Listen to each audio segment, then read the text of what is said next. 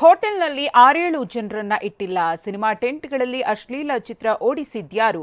ಡಿಕೆಶಿ ವಿರುದ್ಧ ಗುಡುಗಿದ ಕುಮಾರಸ್ವಾಮಿ. ಎಚ್ಡಿಕೆಯನ್ನ ದೇವರಾಜೇಗೌಡ ಭೇಟಿ ಮಾಡಿದ್ನೋ ಬಿಟ್ನೋ ಗೊತ್ತಿಲ್ಲ ಎಂದಿದ್ದೇಕೆ ಡಿಕೆಶಿ? ಈ ಎಲ್ಲಾ ಸುದ್ದಿಗಳನ್ನ ನೋಡೋಣ pen drive fight news top 9 ನಲ್ಲಿ.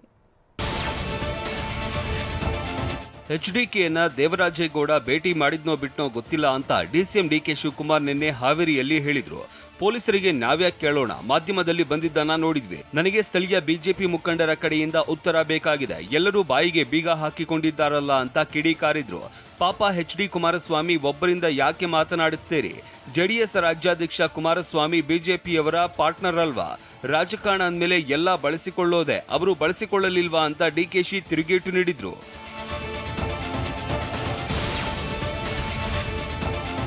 ಡಿಸಿಎಂ ಡಿಕೆ ಶಿವಕುಮಾರ್ ಕ್ಯಾಸೆಟ್ ಬಿಡುಗಡೆ ಬಗ್ಗೆ ಎಚ್ಡಿ ರೇವಣ್ಣ ಹೇಳಿಕೆಗೂ ಡಿಕೆಶಿ ತಿರುಗೇಟು ನೀಡಿದ್ದಾರೆ.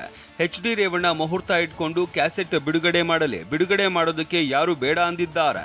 ಎಲ್ಲದಕ್ಕೂ ಸಿದ್ಧನಿದ್ದೇನೆ, ಅವರ ತಂದೆ ಹೇಳ್ತಾ ಇದ್ರು. ನಿಮ್ಮ ಉಬ್ಬಿದ ರಕ್ತನಾಳಗಳ ಸಮಸ್ಯೆಗೆ ಎವಿಸ್ ಆಸ್ಪತ್ರೆಯಲ್ಲಿ ಕೇವಲ 30 ನಿಮಿಷದ ಲೇಸರ್ ಚಿಕಿತ್ಸೆಯೊಂದಿಗೆ ಮುಕ್ತಿ ಹೊಂದಬಹುದು.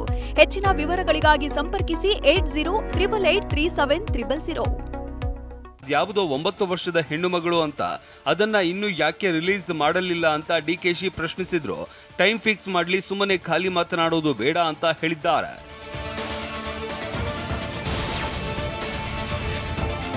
ಪ್ರಜ್ವಲ್ ರೇವಣ್ಣ ಪ್ರಕರಣ ಕುರಿತು ಮಾಜಿ ಸಿಎಂ ಕುಮಾರಸ್ವಾಮಿ ಮತ್ತು ಡಿಸಿಎಂ ಡಿಕೆ ಶಿವಕುಮಾರ್ ನಡುವೆ ಟಾಕ್ ಫೈಟ್ ಮುಂದುವರೆದಿದೆ. ನಾನು ಸ್ಟ್ರೀಟ್ ಫೈಟರ್ ಅಂತ ಹೇಳಿದ್ದ ಡಿಕೆ ಶಿವಕುಮಾರ್ಗೆ ಕುಮಾರಸ್ವಾಮಿ ತಿರುಗೇಟು ನೀಡಿದ್ದಾರೆ. ತಮ್ಮ ಬಿಡದಿಯ ತೋಟಕ್ಕೆ ಬರುವಂತೆ ಬಹಿರಂಗ ಆಹ್ವಾನ ಕೊಟ್ಟಿರುವ ಕುಮಾರಸ್ವಾಮಿ ನಿನ್ನಂತೆ ಹೋಟೆಲ್ನಲ್ಲಿ 6-7 ಜನರನ್ನ ಇಟ್ಟಿಲ್ಲ ಅನ್ನೋ ಮೂಲಕ ಮಾರ್ಮಿಕವಾಗಿ ಪ್ರತಿಕ್ರಿಯಿಸಿದ್ದಾರೆ. ದಯವಿಟ್ಟು ಎಲ್ಲ ತೋರಿಸ್ಬೇಕು. 6 ಜನನೋ 60 ಜನನೋ 600 ಜನನೋ, ನನಗೆ ಎಲೆಕ್ಷನ್ ಟೈಮು, ನಮಗೇನು ಬೇರೆ ಕೆಲಸ ಇಲ್ವಾ? ನಮಗೆ ಯಾರು ಇಟ್ಕೋಬೇಕು, ಯಾರು ಬಿಡಬೇಕು, ಏನಕ್ಕೆ ನಮಗೇನು ಅವಶ್ಯಕತೆ ಇಲ್ಲ, ನಮ್ಗೆ ಸಂಬಂಧ ಇಲ್ಲ. ಕಾಂಗ್ರೆಸ್ನ ಮಹಾನ್ ನಾಯಕ ನಾವು ಯಾವುದು ತೋಟದಲ್ಲಿ ಯಾರನ್ನೂ ಇಟ್ಕೊಂಡಿಲ್ಲ, ಕದ್ದು ತಗೊಂಡೋಗಿ ಸ್ಟ್ರೀಟ್ ಫೈಟರ್ ನಾವು ಅಂತ ಹೇಳಿದ್ದೀವಿ. ಬಾರಪ್ಪ ನಮ್ಮ ತೋಟದಲ್ಲಿ ನಾವು ಎಷ್ಟು ಜನ ಕರ್ಕೊಂಡೋಗಿ ಇಟ್ಕೊಂಡಿದ್ದೀವಿ ಗೊತ್ತಾಯ್ತಿದೆ. ಕೆಪಿಸಿಸಿ ಪ್ರಚಾರ ಸಮಿತಿ ರಾಜ್ಯಾಧ್ಯಕ್ಷ ಸೊರಕೆ ಎಚ್ಡಿಕೆ ವಿರುದ್ಧ ಗಂಭೀರ ಆರೋಪ ಮಾಡಿದ್ದಾರೆ. ಎಚ್ಡಿಕೆನೇ ವಿಡಿಯೋ ಬಿಟ್ಟದ್ದು ಎಂಬ ಹೇಳಿಕೆ ನೀಡಿದ್ದರು. ಇದಕ್ಕೆ ಕೆರಳಿರುವ ಎಚ್ಡಿಕೆ ಕೈ ನಾಯಕರಿಗೆ ಮಾತಿನಲ್ಲೇ ತಿವಿದಿದ್ದಾರೆ.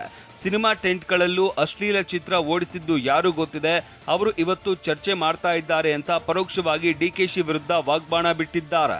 ನಮಗೆ ಬಂದಿರೋದು ಸುದ್ದಿ ಏನಂತ ಹೇಳಿದ್ರೆ ಕುಮಾರಸ್ವಾಮಿಯೇ ಕೊಟ್ಟಿರುವಂಥದ್ದು ಅಂತೇಳಿ, ಆ ವಿಡಿಯೋ ಕೊಟ್ಟಿರುವಂಥದ್ದು ಕುಮಾರಸ್ವಾಮಿ ಅವರು ಅಂತೇಳಿ ನಮಗೆ ಸುದ್ದಿ ಇದೆ.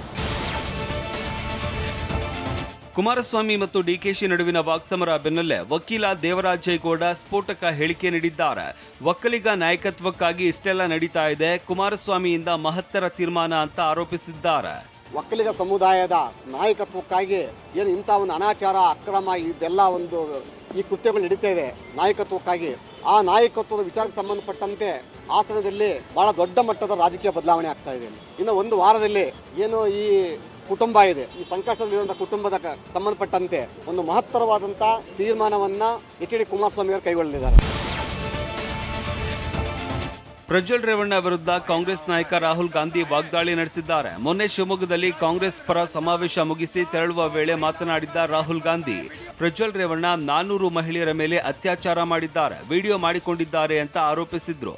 ರಾಹುಲ್ ಗಾಂಧಿ ಆಡಿರುವ ಇದೇ ಮಾತು ದೋಸ್ತಿಗಳ ಕಣ್ಣು ಕೆಂಪಗಾಗಿಸಿದೆ. ಅವರು ಮಾಜಿ ಪ್ರಧಾನಿ ಮಗನ ಅಂತ ಕುಮಾರಸ್ವಾಮಿ ಪ್ರಶ್ನಿಸಿದ್ದಾರೆ. ನಿಮ್ಮ ರಾಜ್ಯ ಸರ್ಕಾರ ಏನ್ ಮಾಡ್ತಾ ಇದೆ ಅಂತ ಕೇಂದ್ರ ಸಚಿವ ಪ್ರಹ್ಲಾದ್ ಜೋಶಿ ರಾಹುಲ್ ಗಾಂಧಿಯನ್ನ ಪ್ರಶ್ನಿಸಿದ್ದಾರೆ. ದೇಶದ ಮಾಜಿ ಪ್ರಧಾನಮಂತ್ರಿಗಳ ಮಗನ ಇವನು. 400 ಪ್ರಕರಣಗಳಲ್ಲಿ ರೇಪ್ ಮಾಡಿದ್ದಾನೆ ಅಂತಕ್ಕಂಥದ್ದು ಯಾಗಿದ್ದರೆ ಮಾಹಿತಿ ನಿಮ್ಮ ರಾಹುಲ್ ಗಾಂಧಿ ಹತ್ರ ಇದೆ. ಮೊದಲು ನಿಮ್ಮ SIT ಅವರಿಗೆ ಡೈರೆಕ್ಷನ್ ಕೊಡಿ, ರಾಹುಲ್ ಗಾಂಧಿಗೆ ನೋಟಿಸ್ ಕೊಡಲಿ. ಮಾಸ್ ರೇಪ್ ಆಗಿದ್ದು ಈ 8 ದಿವಸದಲ್ಲ, ಅಥವಾ BJP ಜೊತೆಗೆ ಅಲಯನ್ಸ್ ಆದಮೇಲೆ ಅಲ್ಲ, 1 ವರ್ಷದಿಂದ ನಿಮ್ಮ ಸರ್ಕಾರ ಇದೆ. ನಿಮ್ಮ ಸರ್ಕಾರ ಏನು ಮಾಡ್ತಾ ಇತ್ತು? ಪ್ರಜ್ವಲ್ ರೇವಣ್ಣ ಕೇಸ್ನಲ್ಲಿ ಪ್ರಧಾನಿ ಮೋದಿ ಕ್ಷಮೆಯಾಚಿಸಬೇಕು ಅಂತ ಆಗ್ರಹಿಸುತ್ತಾ ಇರುವ ಕಾಂಗ್ರೆಸ್ ನಾಯಕರ ವಿರುದ್ಧ ವಿಜಯೇಂದ್ರ ವಾಗ್ದಾಳಿ ನಡೆಸಿದ್ದಾರೆ. ಕಾಂಗ್ರೆಸ್ ಈ ಪ್ರಕರಣವನ್ನ ಲೋಕಸಭಾ ಚುನಾವಣೆಗೆ ಜೀವಂತವಾಗಿ ಇಡ್ತಾ ಇದೆ. ಪ್ರಜ್ವಲ್ ಪ್ರಕರಣ ಜೀವಂತವಾಗಿಟ್ಟು ವೋಟ್ ಗಿಟ್ಟಿಸಿಕೊಳ್ಳಬೇಕೆಂದಿದ್ದಾರೆ. ಆದರೆ ರಾಜ್ಯದ ಜನರು ಕಾಂಗ್ರೆಸ್ಗೆ ತಕ್ಕ ಉತ್ತರ ಕೊಡ್ತಾರೆ ಅಂತ ರಾಯಚೂರಿನಲ್ಲಿ ವಿಜಯೇಂದ್ರ ತಿರುಗೇಟು ನೀಡಿದ್ದಾರೆ.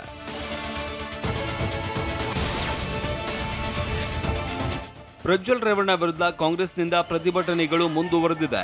ನಿನ್ನೆ ಯಾದಗಿರಿಯಲ್ಲಿ ಬಿಜೆಪಿ ಮಹಿಳಾ ಘಟಕದ ಅಧ್ಯಕ್ಷೆ ಪುಷ್ಪಾ ಅಮರನಾಥ್ ನೇತೃತ್ವದಲ್ಲಿ ಭಾರೀ ಪ್ರತಿಭಟನೆ ಮಾಡಲಾಯಿತು.